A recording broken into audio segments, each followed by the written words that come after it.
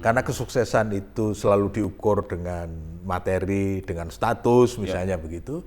Maka ketika orang tidak sampai di situ, dia merasa gagal. Nah, ketika kemudian dia merasa banyak gagal, kan kadang-kadang jadi hopeless. Wah, memang nggak bisa memang saya ini nggak berguna, misalnya gitu kan. Akhirnya cenderung untuk ya sudah, karena merasa tidak berguna, dia ingin melenyapkan diri dalam tanda petik kan, daripada dalam komunitas juga tidak dihargai. Nah, ini juga resiko bagi komunitas yang selalu memandang prestasi itu prestasi material.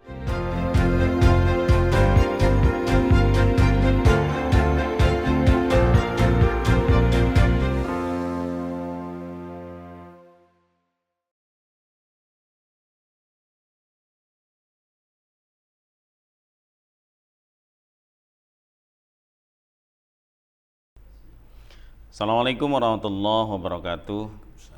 Halo sahabat Rumah Berkemajuan, ketemu lagi sama saya Zuhron.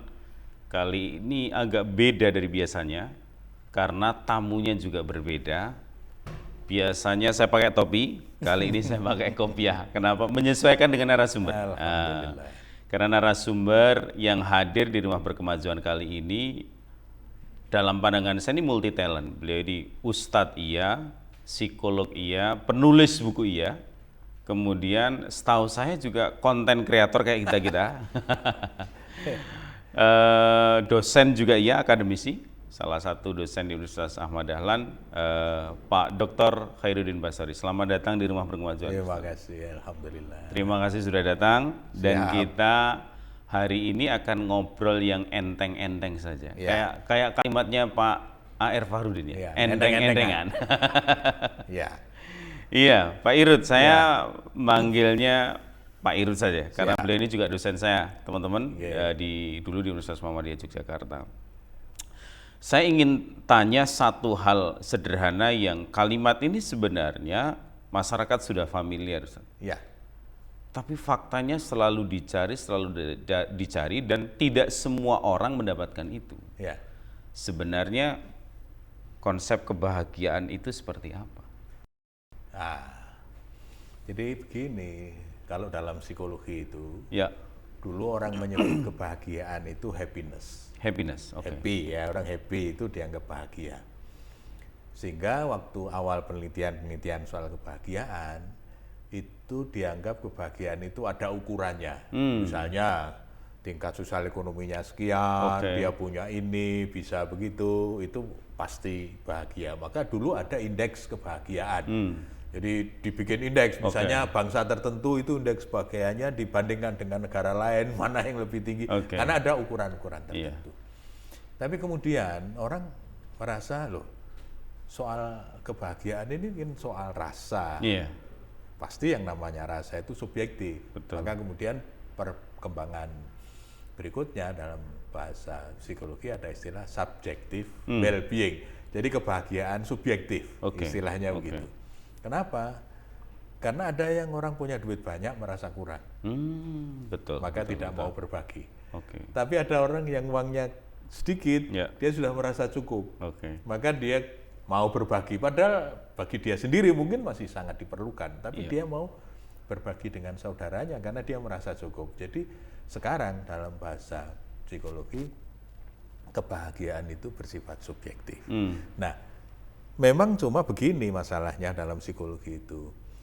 Ciri utama dari kebahagiaan itu ada dua. Pertama yang disebut dengan life satisfaction, kepuasan hidup. Nah, maka dalam bahasa sederhana orang disebut puas itu kalau keinginannya terpenuhi, kebutuhannya terpenuhi dalam bahasa ekonomi kan gitu. Yang kedua, di samping life satisfaction itu adalah positif affect. Jadi ada positif, ada negatif affect. Tapi orang akan merasa bahagia kalau positif affect-nya lebih banyak dibandingkan dengan negatif affect. Misalnya dia merasa bersyukur, dia merasa beruntung, dia merasa seneng. Nah, itu positif affect. Nah, orang ketika kebutuhannya terpenuhi dan penuh dengan perasaan suka, perasaan ya syukur gitu, lalu dua komponen ini membuat orang dikatakan secara subjektif dia merasa berbahagia. Pak Irut, saya pernah baca ya, happiness index ya, indeks kebahagiaan. Kalau tidak salah waktu itu yang disurvei sekitar 140 negara. Dan Indonesia itu kalau nggak salah ingat dalam bacaan saya itu di angka 78. Ya. Artinya bisa dibilang kita kan nggak happy. Ya. Pertanyaannya, ini yang bermasalah surveinya atau memang secara objektif kondisi masyarakat kita nggak happy, Pak? Konsepnya yang salah. Oke. Karena tadi dia menganggap kebahagiaan itu bisa diukur dan punya standar. Padahal kebahagiaan itu kan nggak ada standarnya. Misalnya ada yang bahagia dengan apa adanya, ya kan? Tapi ada orang yang sudah diberi banyak, tapi masih merasa kurang karena melihat temennya yang dulu di bawahnya sekarang melesat jauh. Jadi dia merasa, loh kok malah jadi dia yang karena iri, misalnya gitu kan? Nah sekarang konsep yang tadi saya maksud dengan subjective well-being itu yang sekarang lebih banyak dikembangkan sehingga semua orang berhak untuk bahagia, mau yang kaya, mau yang miskin, mau yang sedang, siapapun punya hak untuk berbahagia. Nah, tinggal cara dia merasakannya. Nah, maka kalau di dalam agama ini soal iman kan akhirnya. Jadi kalau orang itu imannya baik, itu kalau dia mendapatkan nikmat dia bersyukur, kalau mendapatkan musibah dia bersabar, dan itu baik semuanya bagi dia. Nah itu yang membuat meskipun dia mendapatkan cobaan, apapun cobaan itu, dia tetap bahagia. Nggak apa-apa, ini cara Tuhan untuk membuat saya belajar lebih baik, misalnya gitu. Meskipun dia sebetulnya kena masalah bertubi-tubi, tapi itu dia terima. Dia terima sebagai bagian dari sekolah kehidupan. Nah, kan gitu. Pak Irut, ada negara-negara yang indeks bunuh dirinya tinggi banget ya. Misalnya di antaranya Korea Selatan, Jepang, ya kan? Padahal kalau kemakmurannya tinggi, kemakmurannya, kemajuannya, tapi kenapa masih terjadi seperti itu ya? Karena di masyarakat yang seperti itu kan tuntutannya jadi tinggi. Karena kesuksesan itu selalu diukur dengan materi, dengan status, misalnya begitu. Maka ketika orang tidak sampai di situ, dia merasa gagal. Nah, ketika kemudian dia merasa banyak gagal, kan kadang-kadang jadi hopeless. Wah, memang nggak bisa saya, memang saya ini nggak berguna, misalnya gitu kan. Akhirnya cenderung untuk, ya sudah, karena merasa tidak berguna, dia ingin melenyapkan diri dalam tanda petik kan, daripada dalam komunitas juga tidak dihargai. Nah, ini juga resiko bagi komunitas yang selalu memandang prestasi itu prestasi material kan, karir misalnya, penghasilan, jabatan misalnya. Maka ketika orang tidak mendapatkan itu, maka lalu dianggap orang yang gagal oleh masyarakat, tidak dihargai. Nah, tapi kalau masyarakat itu sekarang memahami bahwa kebahagiaan itu subjektif, semua berhak untuk bahagia dengan caranya sendiri-sendiri, itu ya lalu tekanan kan tidak menjadi terlalu berat. Jadi meskipun negara itu sebetulnya secara sosial ekonomi tidak terlalu bagus, tetapi angka bunuh dirinya tidak tinggi. Karena apa? Dia menerima realitas itu, ya memang garisnya sudah begitu, yang penting saya menikmati apa yang saya alami, apa yang diberikan Tuhan ke saya syukuri, misalnya gitu. Artinya Pak Irut ingin mengatakan bahwa sebenarnya salah satu penentu kebahagiaan seseorang itu tidak sekedar faktor materi ya? Sangat tidak. Sangat tidak. Justru karena kebahagiaan itu menyangkut rasa. Maka sering orang menyebut rasa bahagia kan? Nah, karena rasa itu subjektif. Seperti halnya cinta, seperti halnya jodoh. Ya kan? Keadilan Tuhan semua mendapatkan bagian. Bukan yang cantik saja yang dapat jodoh kan, bukan yang putih saja yang dapat jodoh kan, bukan yang ramping saja yang dapat jodoh, semua dapat jodoh. Ada kok orang yang suka yang gemuk kan gitu toh, ada orang yang suka yang hitam, maka semua dapat pasangan. Nah itu yang disebut dengan subjektivitas rasa. Nah justru karena kebahagiaan itu subjektif, itulah yang menyebabkan semua orang berhak untuk bahagia dan bisa bahagia dengan caranya dengan cara masing-masing ya. Ada kan yang bahagia itu karena mancing.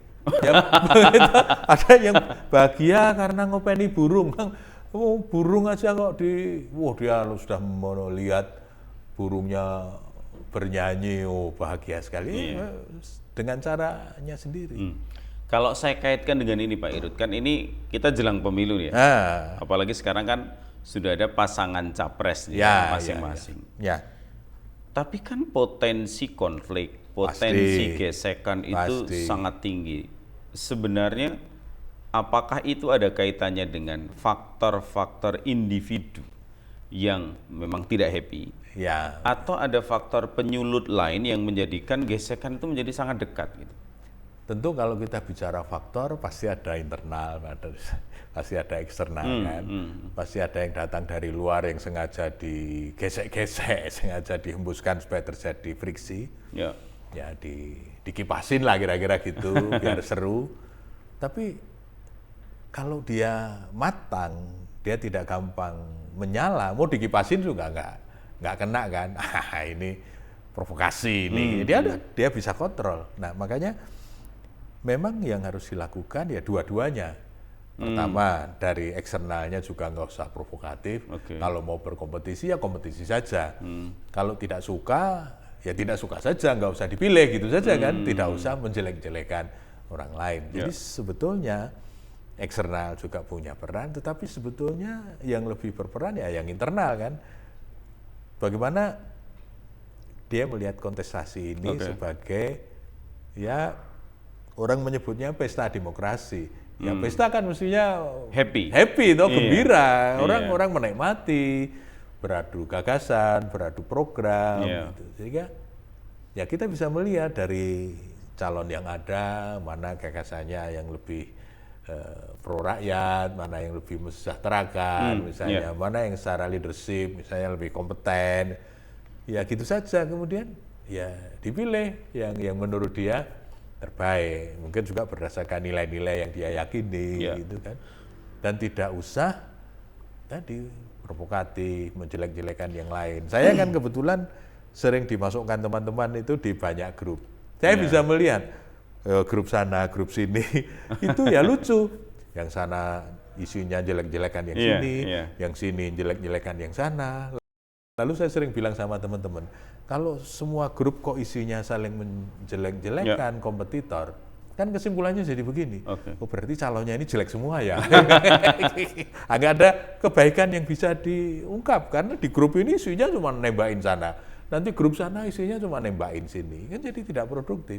Kenapa tidak menyampaikan sesuatu yang lebih positif ya, supaya pendidikan politik itu berjalan dengan baik. Masih kaitannya dengan politik dan pemilu Pak Irut.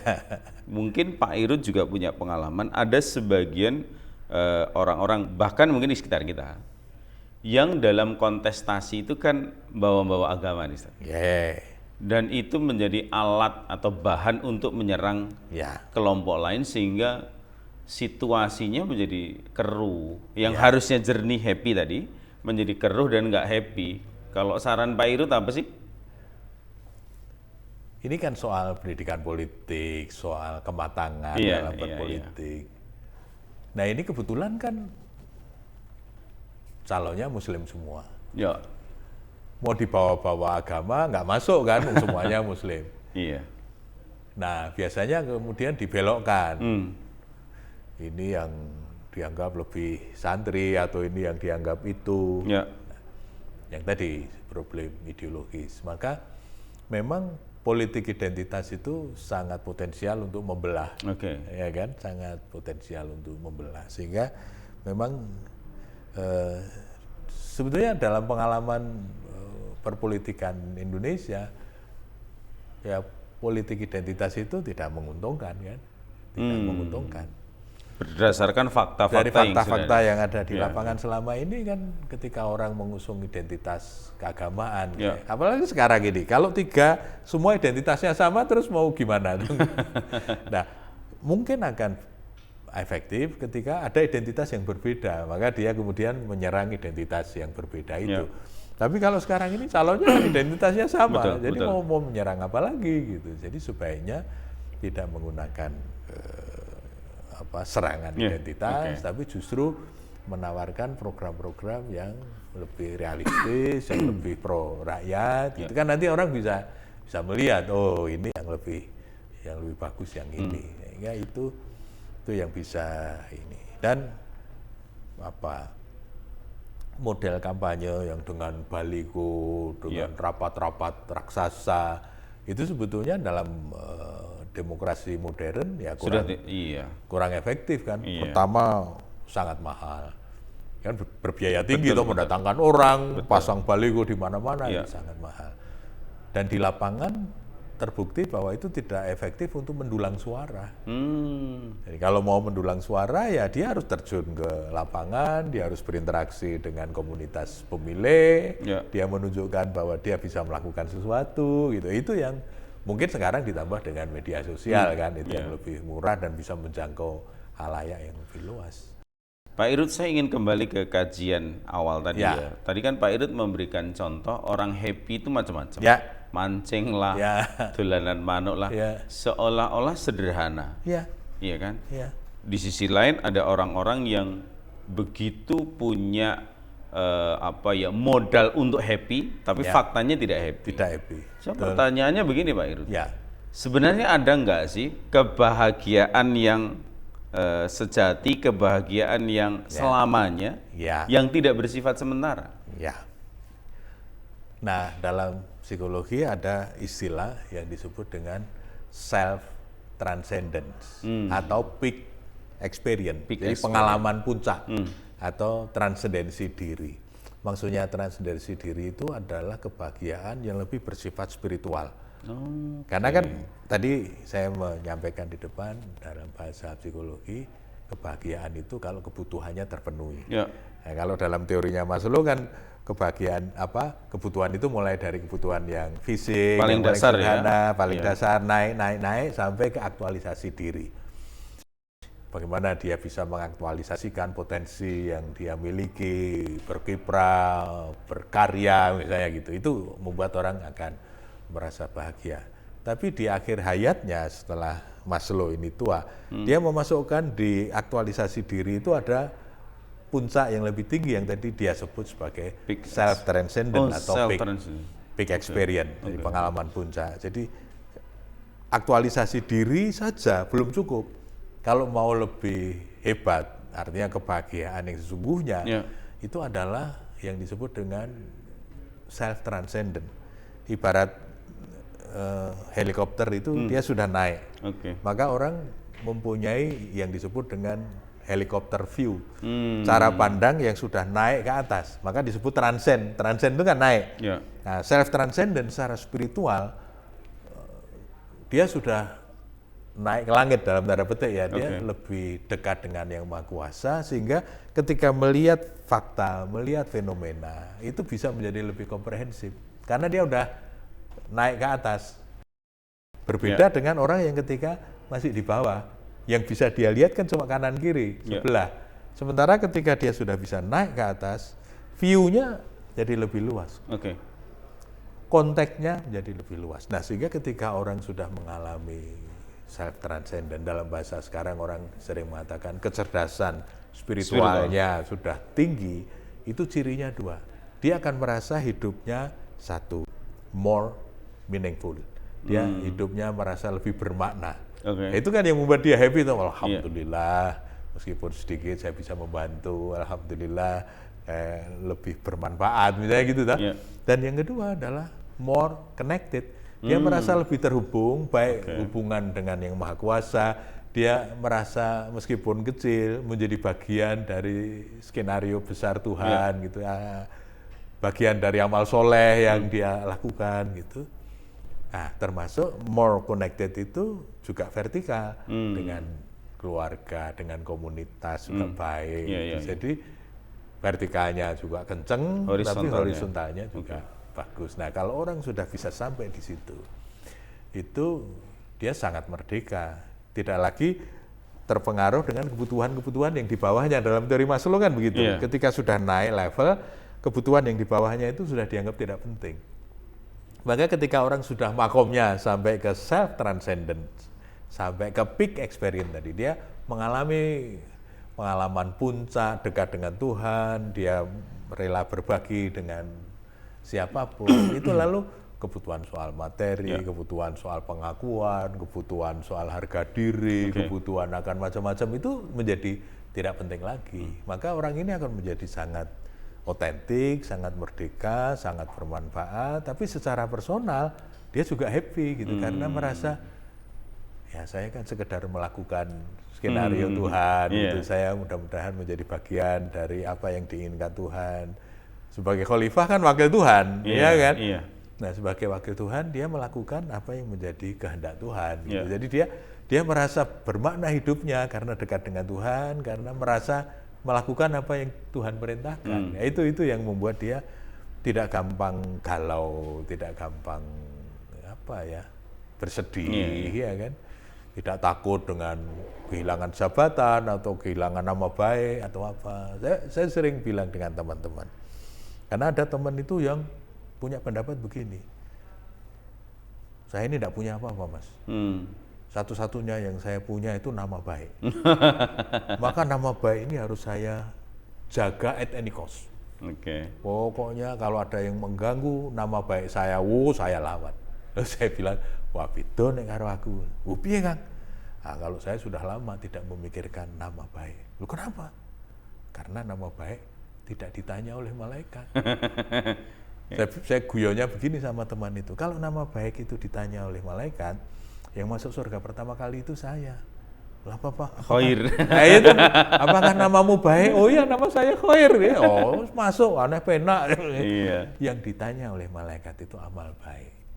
Jadi yang penting sebetulnya dalam hidup itu bukan pencitraan, bukan penghormatan, tapi apa yang kita lakukan. Ketika kita melakukan amal soleh, amanu wa amilus sholihat. Nah itu yang kemudian membuat kita punya tiket untuk bisa masuk ke surganya. Kita akan bisa merasakan tadi yang kita sebut sebagai kebahagiaan yang hakiki itu ketika kita bisa melakukan yang terbaik dalam hidup.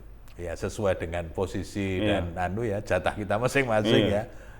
Dalam pandangan Pak Irut, seberapa besar sih sentuhan agama itu mempengaruhi happiness? Sangat besar. Sangat besar ketika agama dipahami dengan benar.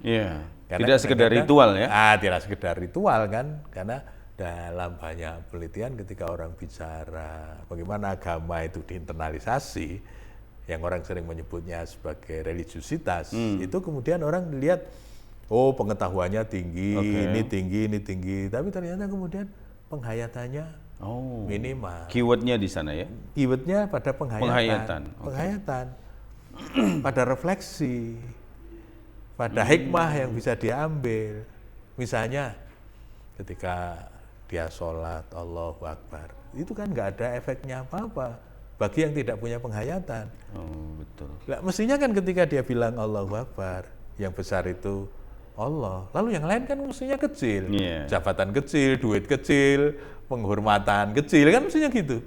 Tapi kan nyatanya enggak, orang bisa takbir berkali-kali, tapi tetap saja melihat jabatan itu besar, melihat benda itu sangat berharga misalnya, dibandingkan dengan kehormatan misalnya, integritas, ya misalnya gitu. Pak Irut, kalau jelang pemilu itu kan banyak orang sangat bersemangat ya. Karena mereka berkontestasi. Banyak orang baik lah. Pengen menang, tiba-tiba soleh. Gitu. Tapi nanti pasca pemilu banyak orang stres. Ada yang benar-benar masuk rumah sakit jiwa. Betul. Ada yang nuntut sana sini. Apa sih nasihat Pak Irut untuk orang-orang seperti itu? Ya itu karena tidak otentik. Karena ya dalam bahasa psikologi politik itu namanya instrumental kan. Jadi instrumental niatnya itu karena punya kepentingan. Jadi misalnya tadi tiba-tiba baik. Itu kan karena saya baik supaya dapat suara. Jadi kebaikannya itu karena ingin mendapatkan suara. Nah, ketika nanti tidak dapat suara, dia kecewa kan. Nah, ketika di banyak tempat dia tidak dapat suara, ya kecewanya kan tumpuk-tumpuk. Nah, itu yang bikin masuk rumah sakit jiwa itu. Dia berharap jadi, ternyata nggak jadi. Misalnya dia ditipu oleh tim suksesnya. Karena saya banyak bergaul dengan teman-teman tim sukses itu, kadang-kadang guyonan di antara mereka itu begini, ini yang kadang-kadang politisi pemula ini nggak ngerti. kata tim suksesnya itu begini, Mas, kenapa disebut tim sukses? Karena yang harus sukses itu timnya. Gitu. Maka disebut tim sukses. Soal calonnya nggak sukses nggak apa-apa ya? Nggak apa-apa, yang penting saya udah dapet, kan gitu, saya sebagai timnya. Lu saya itu punya temen, itu yang dengan enak dia, Mas aku udah dapat rumah di Menteng Mas, di Jakarta, dia pernah jadi tim sukses presiden gitu. Ya meskipun calon saya nggak jadi, tapi saya udah dapat rumah, nah, gitu loh. Kan yang harus sukses kan timnya Mas, jadi dia guyonnya begitu. Nah ini kan yang repot kan orang yang nggak ngerti ini. Betul. Dikempongin sana sini, betul, diporotin sana sini. Sementara kemampuan ekonomi dan kemampuan ini terbatas, dia pinjam sana sini. Nah begitu nggak jadi, dia dulu hitungannya nanti kalau jadi akan dapat penghasilan segini, padahal nggak jadi. Nah ini yang orang tidak realistis, sering pertama tidak otentik, yang kedua tidak realistis. Sebetulnya kalau orang itu baik, kan nggak usah pakai uang aja kan pasti dipilih, karena udah dekat dengan rakyat, selama ini dia sudah membantu rakyat misalnya. Betul. Yang kedua, ya apa ya, dia tidak realistis. Maksud saya begini, saya punya teman politisi yang menurut saya bagus dia. Mas, ya namanya politik kan pakai ongkos Mas. Oh ya, terus gimana? Tapi saya ngukur diri, kemampuan saya 500 juta. Ya udah, saya hanya mentok sampai 500 juta Mas. Kalau kemudian di lapangan biaya lebih besar dari 500 juta, saya berhenti Mas. Nah itu realistis. Realistis. Ya, tapi kalau kemudian tim suksesnya bilang, bos kurang dikit lagi bos, kita butuh 200 juta lagi untuk menandingi. Ya. Padahal udah nggak ada. Oh dia pinjam sana sini, padahal dikempongin. Nggak jadi, itu yang bikin stres. Jadi ya politik itu tidak sederhana, ya, makanya kaitannya dengan kebahagiaan tadi, itu kan salah satu dorongan untuk berkuasa. Istilahnya dalam bahasa McClellan itu need for power. Bagi ketika orang-orang yang punya dorongan berkuasa tinggi itu biasanya dia akan berjuang untuk bisa mendapatkan power itu. Padahal sebetulnya power itu kan tidak selalu harus lewat politik kan. Menjadi tokoh masyarakat juga bisa punya power. Menjadi relawan juga dia bisa menjadi powerful juga kan. Sebetulnya banyak hal yang bisa membuat seseorang itu powerful. Nah, cuma untuk beberapa orang menganggap bahwa power itu harus lewat politik itu. Padahal tidak selalu. Kalau saya punyanya PowerPoint. Kalau guru ya itu ya. Kita yang di pendidikan ya PowerPoint. Pak Irut, pertanyaan terakhir. Ya. Sejak saya tahu Pak Irut, waktu jadi mahasiswa Pak Irut, mungkin sekitar 12 tahun yang lalu ya. Ya. Saya selalu lihat Pak Irut itu dalam style happy. Ya. Apa punya rumus kehidupan yang bisa di-share ke kita? Ada, saya menyebutnya segitiga kebahagiaan. Jadi ibarat segitiga itu sudutnya 3. Ya. Sudut yang paling atas itu ikhlas. Sudut yang paling bawah 2 itu sabar dan syukur. Jadi pertama niatnya harus lurus.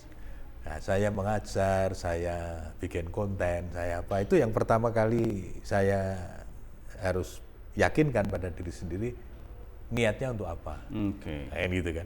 Kalau niatnya cari duit misalnya, tiba-tiba viewernya tidak banyak, kecewa kan? Kecewa. Tapi kalau niatnya berbagi, ya bikin konten itu ya bikin aja, jadi happy aja kan, berbagi. Pada saatnya pasti akan ada hikmahnya. Entah hikmahnya apa, Allah yang akan membagi rizkinya buat kita. Jadi lillahi, satu ikhlas. Yang kedua syukur. Jadi kalau Nabi itu kalau mendapatkan nikmat, dia selalu mengatakan begini, Alhamdulillahilladzi binikmatihi tatimmus sholihat. Segala puji bagi Allah yang dengan nikmat ini insya Allah akan dapat menyempurnakan amal solehku. Maka kalau dapat nikmat, yang kepikiran adalah menyempurnakan amal soleh. Mungkin berbagi lebih banyak, mungkin membantu orang yang kesulitan, misalnya begitu. Itu yang membuat kita menjadi lebih bermakna kan. Hidup meskipun mungkin duitnya tidak banyak, tapi sahabat kita banyak. Misalnya teman-teman yang mendoakan kita banyak, itu bersyukur. Yang kedua, hidup itu tidak selalu nikmat. Ada malam ya ada siang, ada siang ada malam. Maka perlu latihan sabar untuk menahan dalam bahasa psikologi yang disebut dengan pain tolerance. Toleransi terhadap rasa sakit. Karena hidup itu ya kadang-kadang menyakitkan. Iya kan? Iya. Nah, masalahnya tahan apa tidak? Saya ini kebetulan dulu sering berkecimpung di sepak bola. Itu ada pelatih profesional itu kalau ada pemain yang kalau mau tabrakan itu loncat, diteriakin sama pelatih. Kalau nggak berani tabrakan nggak usah main bola. Gitu dia bilang. Karena main bola pasti tabrakan kan. Dengan lawan itu kan pasti kadang main kayu dan lain sebagainya. Jadi kalau pemain mau tabrakan, loncat-loncat itu pasti diteriaki oleh pemain. Maksudnya apa? Dia nggak tahan sakit. Nggak berani benturan, ya kan? Padahal hidup itu kadang-kadang harus benturan, kadang-kadang harus berkonflik. Nah, satu kesabaran penting. Yang kedua, kan ini kan soal manajemen konflik. Konflik kan bisa dikelola. Betul. Bagaimana supaya bisa selesai dengan win-win, misalnya begitu. Maka ketika orang niatnya sudah lurus, selalu mensyukuri nikmat seberapapun yang dia terima. Sebab kecenderungan orang itu haluan, suka berkeluh kesah, yang disebut yang belum dia dapat. Padahal dia sudah dapat banyak sekali, tapi nggak disebut. Nah itu yang bikin sedih kan. Lalu nggak sabar, dia nggak tahan sakit. Padahal kadang-kadang dia harus melalui tahapan-tahapan yang menyakitkan ini untuk menguatkan batin ya, untuk menguatkan mentalnya. Jadi kalau kita sikapi secara positif, maka kesulitan-kesulitan itu yang akan menjadi gizi. Maka kalau kita minum jamu Jawa itu kan sering nyuwun jamu pahitan. Aku kok minta yang pahit. Tapi itu bagian dari yang harus kita minum supaya kita sehat. Nah, maka nikmat juga kita diberi musibah juga tapi yang penting niatnya lurus tadi. Nah, itulah yang membuat kita hidup itu menjadi lebih nikmat, lebih happy. Karena apa? Ya sebetulnya banyak persoalan, tapi persoalan itu untuk kita selesaikan, tidak menjadi beban yang kemudian terus dipikirkan atau dirasakan. Ya, ini soal bagaimana mengelola hati, pikiran, ya, supaya kita ini menghadapi dinamika kehidupan yang makin lama makin rumit dan kompleks itu harus lebih canggih cara mengelolanya, supaya kita bisa belajar mencintai takdir, tambahi kemampuan manajemen konfliknya, ya kan, keterampilan penyelesaian masalah, ya, semua bisa kita atasi lah. Terima kasih Pak Irut. Sama-sama. Semoga perbincangan kita bisa kita lanjutkan pada episode selanjutnya. Demikian teman-teman, sahabat Rumah Berkemajuan, dimanapun Anda dan dalam situasi seperti apapun. Jangan lupa happy, dan kita akan ketemu pada episode Rumah Berkemajuan yang akan datang. Assalamualaikum warahmatullahi wabarakatuh. Waalaikumsalam warahmatullahi wabarakatuh.